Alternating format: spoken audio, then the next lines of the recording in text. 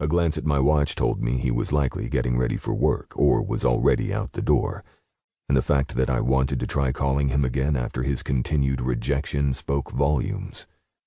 Here I was, about to converse with one of the biggest broadcasting CEOs in the nation, and all I could think about was whether Gabe would ever take a phone call from me again. It was ridiculous and almost laughable. This behavior was completely unlike me. But the truth of the matter was that I cared more about what Gabe was doing and thinking right now than I did Giles. And wasn't that a kick in the head? "Right," Giles said with a winning smile as he took a seat, no doubt about to launch into all the reasons I should come and work for him. "Let's get started then, shall we?" 2 hours later, I stepped out onto the busy street and slipped into the back seat of the car Giles had provided. As the door shut behind me and we merged with oncoming traffic, I stared at the yellow taxicabs whizzing by and couldn't recall a single thing that had been discussed back in that building. I was 100% unfocused when it came to anything work-related, that was.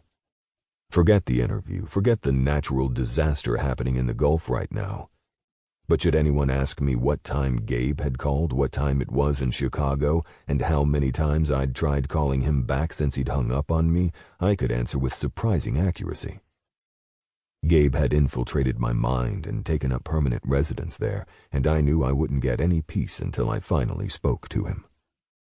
When the car dropped me at the curb outside my hotel, I tried him again, and when it went straight to voicemail, I wanted to throw my damn cell against the side of the building. Knowing that would do nothing other than frustrate me further, however, I settled for trying to crush it in a death grip as I marched through the lobby and headed straight for the elevators.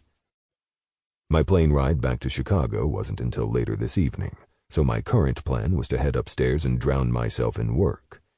Or alcohol, depending on how this mood played out. As I entered my room, I tossed my briefcase on the couch and shrugged out of my jacket. Then I tugged at my tie and pulled it free. For the first time in a long while, I felt stifled by the thing, annoyed by its confines. And when I popped the top few buttons open, I felt as though I could finally breathe. What the hell was happening to me? I never felt this way. My stomach was all twisted up and my head was a mess, and all because Gabe was pissed that I hadn't kept him in the loop about my interview today? How was I supposed to know that was something I should tell him? This was exactly what I'd warned him about. I wasn't good at this kind of thing. I was good at business. I was good at mergers. I was good at just about everything except for personal relationships. Hell, we'd barely decided to start seeing each other, and already I was fucking things up. I fished my phone out of my pocket to check if there were any messages from him, and when nothing appeared, I walked over to the window and stared out at the city below.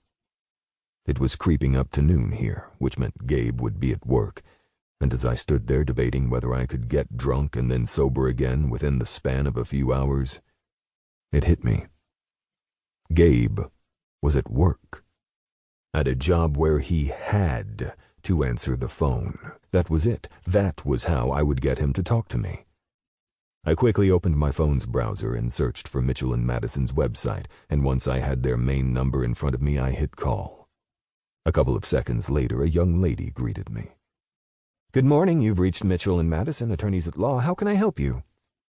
This was unprofessional on so many levels, and had Gabe been answering his phone, I never would have resorted to such a thing, but I was starting to feel desperate, and it was an emotion I wasn't at all familiar or pleased with. "Hello. I'd like to make an appointment with Mr. Mitchell, please." "Of course. May I ask who's calling?" Knowing there was no way in hell Gabe would take my call if I gave my name, I said the first thing that came to mind. "Mr. Franklin." "Thank you, Mr. Franklin. If you don't mind holding, I'll put you through to his assistant, and he'll be happy to set that up for you." "Thank you. I'd appreciate that." I closed my eyes and wondered what the hell I was doing. I didn't chase after guys, and I certainly didn't stalk them at work because they were ignoring my phone calls. Yet here I was with my heart thumping and my pulse racing as I waited for Gabe to pick up the phone. "Good morning, Mr. Mitchell's office. How can I help you?" At the sound of Gabe's voice,